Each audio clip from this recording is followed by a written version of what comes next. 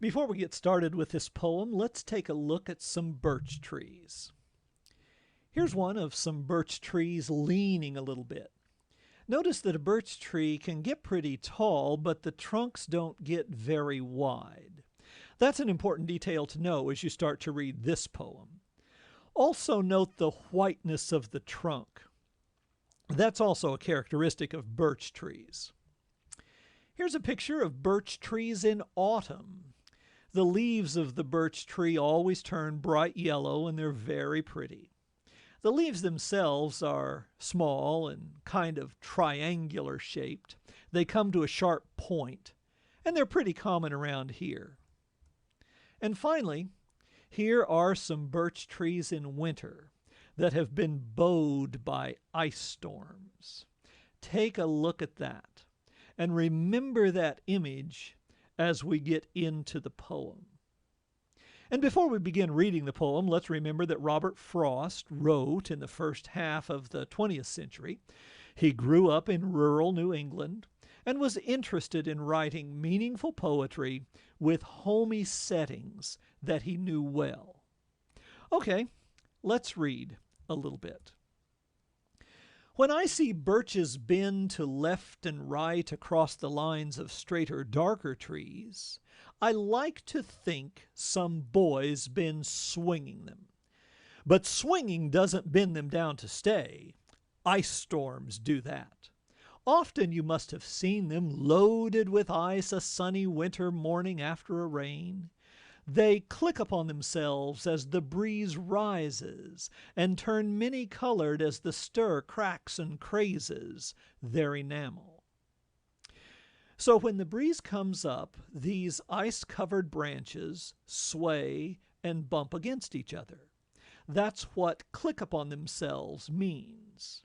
The stir refers to the moving of the branches by the breeze, like the breeze is stirring them up. Enamel, of course, is kind of a glossy outer covering. We might think about a piece of ceramics or something having an enamel coating. Here, the ice is like enamel. It's coated the trees in a glossy covering, but as they sway back and forth, they get little cracks in that icy enamel. Soon the sun's warmth makes them shed crystal shells, shattering and avalanching on the snow crust. Such heaps of broken glass to sweep away you'd think the inner dome of heaven had fallen. Well, when the sun comes out, the ice melts and ultimately crashes down on the snow crust, and there is so much ice that has fallen off the trees and crashed onto the ground that you would think the dome of heaven had broken and fallen down. Poetic language there.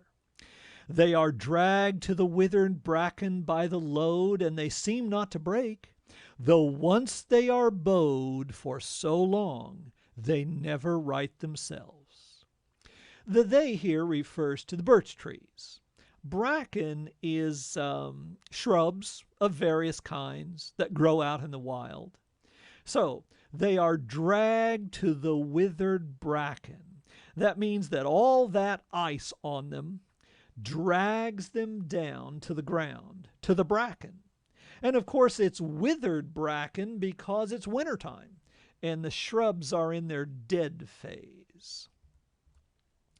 You may see their trunks arching in the woods years afterwards, trailing their leaves on the ground like girls on hands and knees that throw their hair before them over their heads to dry in the sun. Well, now there's a simile for us. The bowed trees look like teenage girls bent over on hands and knees, drying their hair in the sun. But I was going to say, when truth broke in with all her matter-of-fact about ice storms, now am I free to be poetical?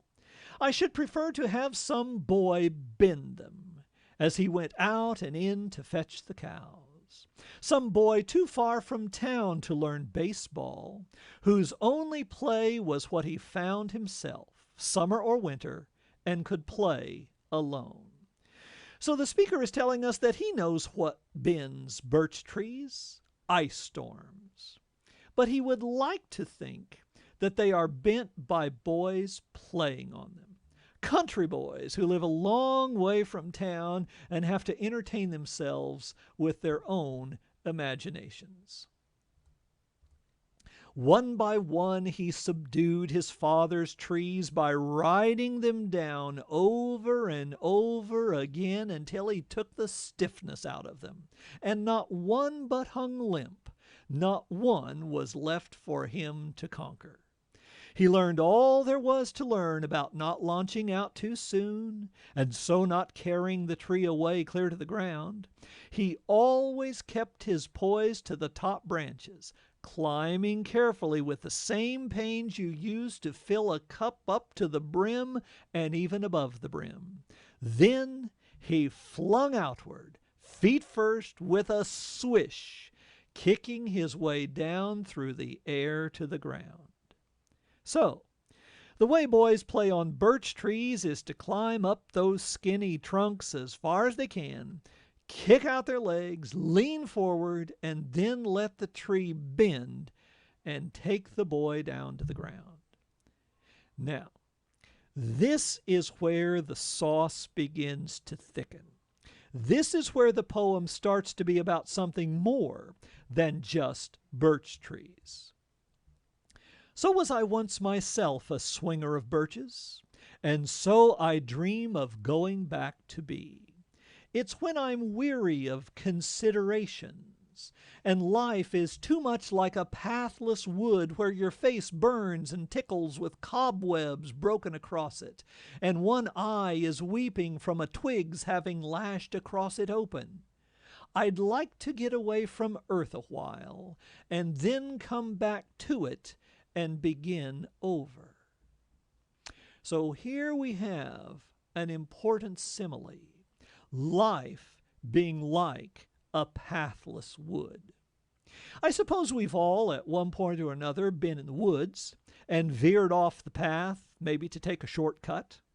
That can be problematic.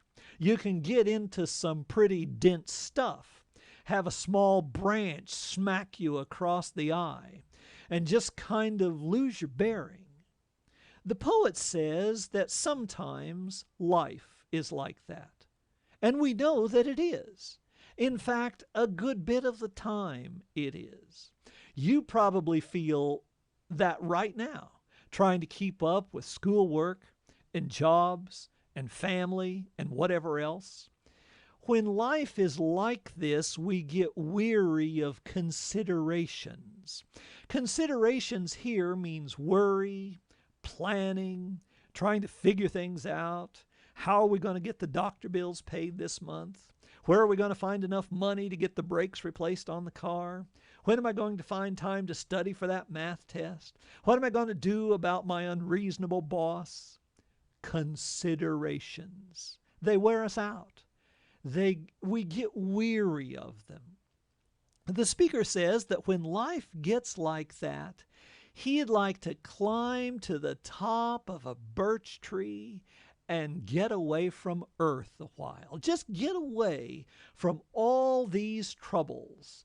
Breathe some fresh air, take a break, and then, after a while, come back and start over. And haven't we all felt that way? But the poem doesn't end there. The poet makes an important qualification. May no fate willfully misunderstand me and half grant what I wish and snatch me away not to return. Earth's the right place for love. I don't know where it's likely to go better.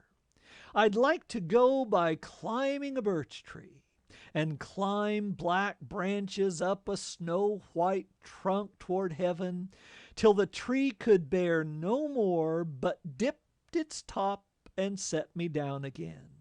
That would be good, both going and coming back. One could do worse than be a swinger of birches. So don't misunderstand me. I'm not saying I want to leave life forever. It's not all bad. This is the right place for love. I don't know where love might go any better. But I just like a break once in a while. I'd like to go up and then have the tree bring me back down again. I would enjoy both the going and the coming back.